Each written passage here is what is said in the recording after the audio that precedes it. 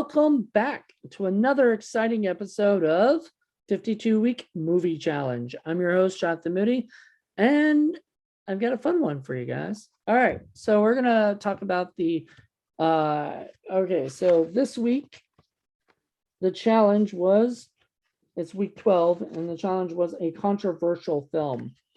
So, I picked A Clockwork Orange, of course. And so let's read everything here. So year release was 1971. The date challenge it completed was 3/22/22. Let's see. 22? Yeah, I guess. Aspect ratio was 166:1. Runtime is 2 hours and 16 minutes.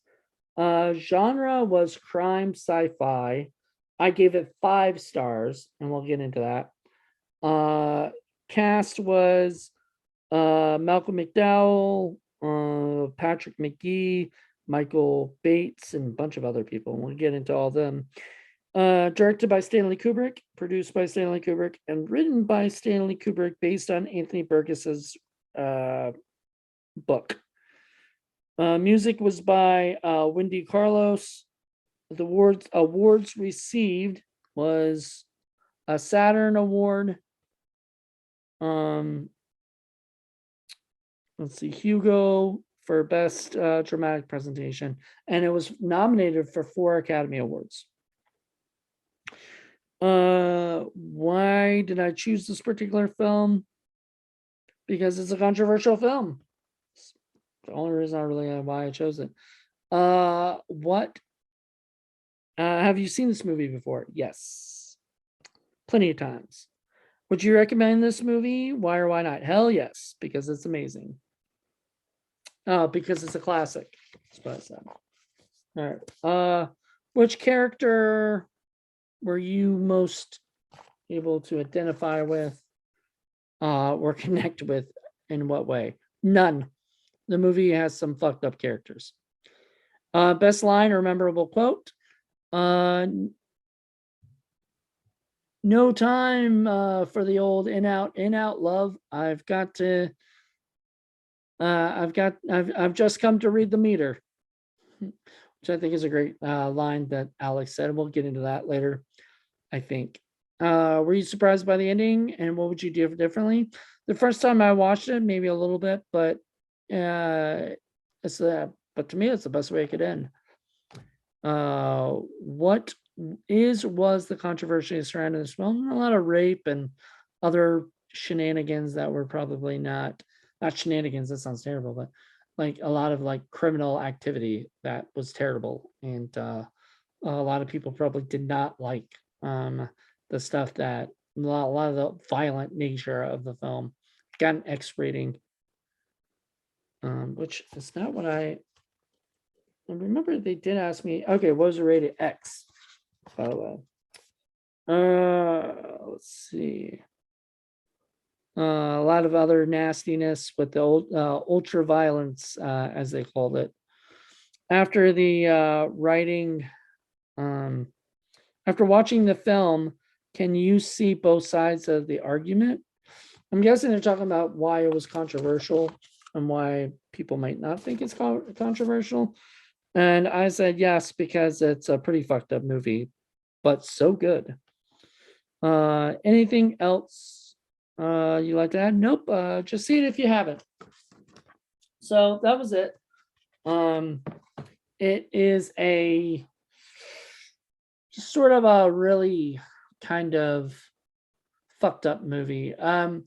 So I was looking at movies that I could do for a controversial film, and honestly, I didn't want to pick something that I might do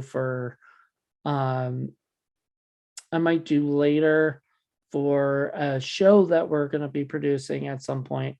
It's either going to be on YouTube or it's going to be on podcast on Podbean, but we're doing a podcast thing that's all about extreme films. So movies like and this isn't that extreme, honestly, then something like I'm trying to think of the one uh the one that's god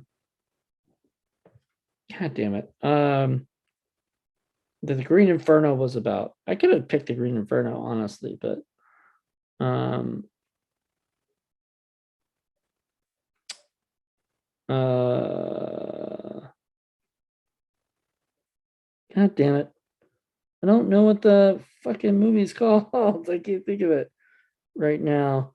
But yeah, so somebody is like listening to this and going, "Oh my god, I know exactly what movie he's saying." He's saying it. I just can't think of the movies offhand. But I just, I wanted to do something that wasn't still controversial, but still sort of popular. And A Clockwork Orange is a very popular film. Stanley Kubrick did a fantastic job. And these guys right here behind me, oh man. Though I notice it's Dim and Georgie, but no, I don't see Pete in the background there. Oh well. Um, I kind of felt bad. Like Pete had like maybe one line in the movie. He was the silent one. He wasn't even a cop at the end. I don't know whatever happened to that guy. So anyway, the whole idea of the movie is this these group of thugs that are all, I guess, friends. They call themselves droogs. Have their own like way of talking. It's supposed to be sort of set in the future. Um, so they end up doing some nasty stuff, and then they kind of turn on each other. At least they turn on Alex, the main guy, and they get him busted by the cops after he's killed the lady, but he didn't know he killed her. But he took a penis, or basically a dick statue, a glass statue, and killed her with it. And then the cops arrested him, and he's in jail. They find out the lady's been murdered. So now he's a murderer, and he's facing 14 years in prison. And so he decides that he's heard about this, it's like new treatment that they're doing to fix the, fix the people, fix criminals, and make them be a part of society. And we'll get into that, because I actually believe it it's a good idea and it's a bad idea, and we find out why for both reasons. But it's it's a novel approach to trying to fix something that, I mean, they were trying to fix something that was a big deal. They were trying to fix crime, and somebody even had the question of like, so you're going to take away his choice of doing things. This is not morally ethical. And so basically what they do is they put these things on his eyes, and he has to watch these horrible things happening. And I guess the shots that he's been given are making him sick every single time he watches these things. So now it's kind of like training and kind of fucking up his brain to like think, like, every time, conditioning him to whenever he gets attacked, or whenever he's about to attack somebody, who's about to rape somebody, or is about to do all these terrible things, he gets the boot. Like he starts feeling sick and he can't do it. So it's not even like his thoughts are the problem. It's his actions anytime he's about to attack, because it's not like anytime he thinks about something it hurts. It's whenever he's about to do it that it hurts. So later he gets attacked by all the people he harmed in some way. They all get their revenge, including, they find out that music was the thing that triggered him as well, because it was everything he liked, right? So he liked violence, he liked rape, he liked these terrible things. He never felt like that was a bad thing. He always felt like, whatever, he's a fucked up person. So fundamentally, they're trying to fix him and train him to, like, feel sick or whatever. But anytime he heard Ludwig van Beethoven's Ninth Symphony, he freaks out, and it's Ode to Joy, I guess, that does it. And he can't take it anymore, and he wants to kill himself. And so this doctor who he had raped the wife, and she uh died from pneumonia, but he could tell it was because for complications from the rape. He sets it up, and it wants to blame the government for this, use his death as a way to say, well, you're the problem, government, not me. So the guy lives, Alex lives, and that's the ending of the movie, is that the government is now coming back and saying, look, he's fine. So he's, we're gonna, Alex, if you join us. Alex is such a easygoing guy when it comes to this shit. He's just like, oh, okay, this just feed me and just, whatever. So I really enjoyed this movie, rewatching it. I remember this was a movie that when I was a kid, I was like 16, 17 or something, I wanted to watch it. And my dad was like, okay, you can watch it as long as you read the book first. And so I had to read the book. Read the book in like 2 days. I swear to God, maybe a week at the most. But I felt the quickest I've ever read anything in my life. And I was like, I'm done. I want to watch the movie now. And it was amazing. It's like, such a great movie, because even re-looking at it now and having seen so many other movies, and I had not seen this movie in so long, it is so well freaking done. It's just a well put together movie. Stanley Kubrick just knew every shot. There's this great, amazing shot where Alex is walking down the hallway in his undies, and he's in this great hallway shot, which we all know Kubrick's really good at those. And you see him pass by one of the rooms, and there's a guy in there just sitting on the bed. And I guess he had noticed that when he was walking, but wasn't paying attention, and walks by, and then eventually it hits him. Go, wait, there's somebody in there, and he goes, well, hello, Mr. Deltoid. And so he talks to Mr. Deltoid for a little bit, who's his corrections officer, and his corrections counselor guy is kind of telling him there's some bit of nastiness that happened last night, and we're wondering, we can't pin it on you, but we will, you're going to be brought down. Alex, you and your buddies are going to get in trouble for this. So well done. Well, and he was my favorite character, because Mr. Deltoid, because the whole time he kept going, yes, saying yes. I don't know if that was like written, or if that was like something that actor kind of brought to the character, and stuff. But he was just like, there's a bit of nastiness. Yes. Some people were attacked. Yes. You might be being looked at. Yes. And I was like, that's just great. It's so much fun. And I just, like I said, I enjoyed every single aspect of this movie. There's not a part where I was like, oh, wow. I mean, it's 2 hours and 16 minutes. It might have been able to be cut down a little bit. There was one scene that felt like it went a little too long.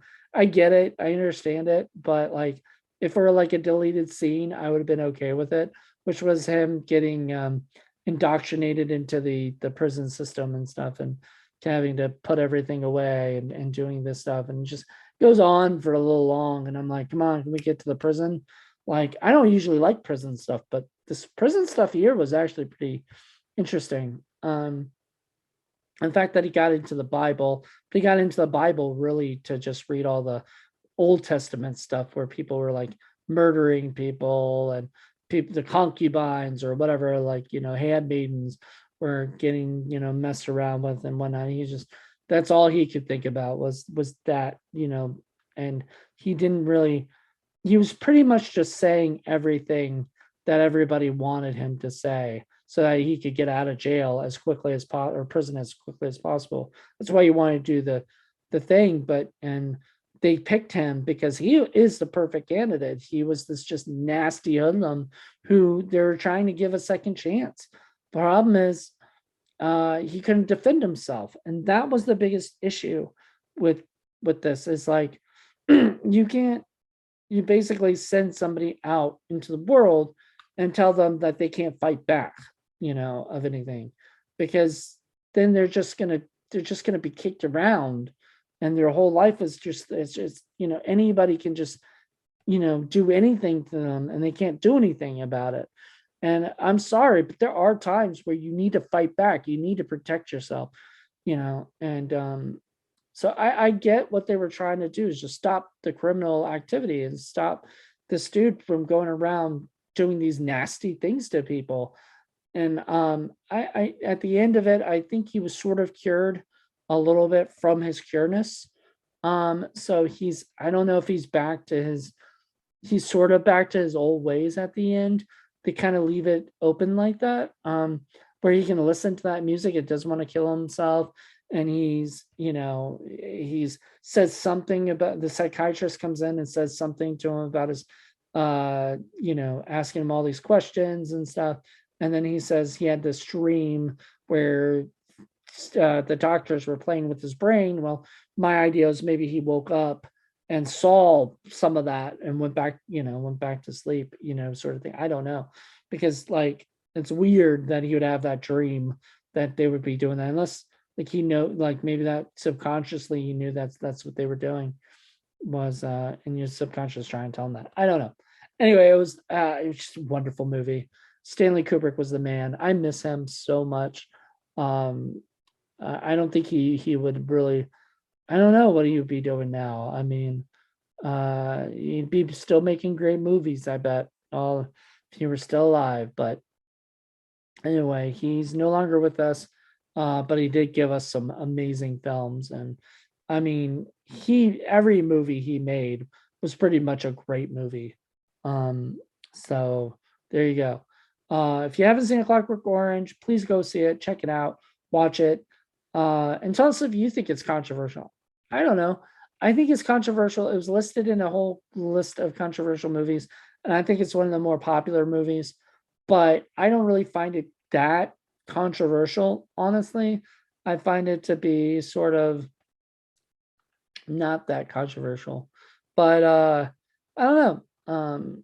There's a few other ones I could have picked, but I chose that one mainly because I've seen it and I knew it was a movie I was actually interested in rewatching because I hadn't seen him forever. Absolutely loved Dim. Unfortunately, he's no longer with us in this life. A few people, like I looked up the cast, and like a lot of people actually are no longer with us. So I'm sorry to say that. But I absolutely loved Dim in it. I loved Georgie Boy. Sad that Pete didn't really have much of stuff that he said. But maybe he wanted it that way too. Sometimes actors love to be cast in silent roles where it's their facial expressions mainly. But yeah, I loved this movie, and I recommend it to everybody. And so there you go. All right, so next week, just to give you guys a heads up, next week is the week 13, and it's based on a television series or turned into a television series. So we're looking at stuff like Miami Vice, Starsky and Hutch, Dukes of Hazzard. What's the other one I was thinking of? So there's tons of those things. I could even do Ghostbusters, I guess, but I would try not to do one we already did for indie film, in one of the other videos. Because that was turned into a television series, cartoon, television series. So I don't know. I'll pick something. I have no idea what it's going to be. I probably won't know till the next week. So we'll find out. But thank you guys for checking this out. If you enjoyed this, let me know. If you guys like A Clockwork Orange, please let me know if you guys like it. And what do you guys think is like the most controversial movie around? Please let us know. So all right, well, I hope you guys are doing really well, and join me next week for a whole new week of 52-week movie challenge. All right, talk to you guys later. Bye.